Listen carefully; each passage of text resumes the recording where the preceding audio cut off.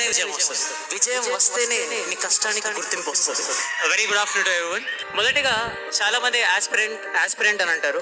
Aspirant means అనుకున్న పని కోసం నిరంతరం కష్టపడి ఒక క్రమశిక్షణతో ఉంటూ రోజు కష్టపడుతూ అనవసరమైన విషయాల్ని పట్టించుకోకుండా పక్కకు పెట్టి అవసరమైన విషయాల్ని చర్చించుకుంటూ ముందుకెళ్లేవాడు.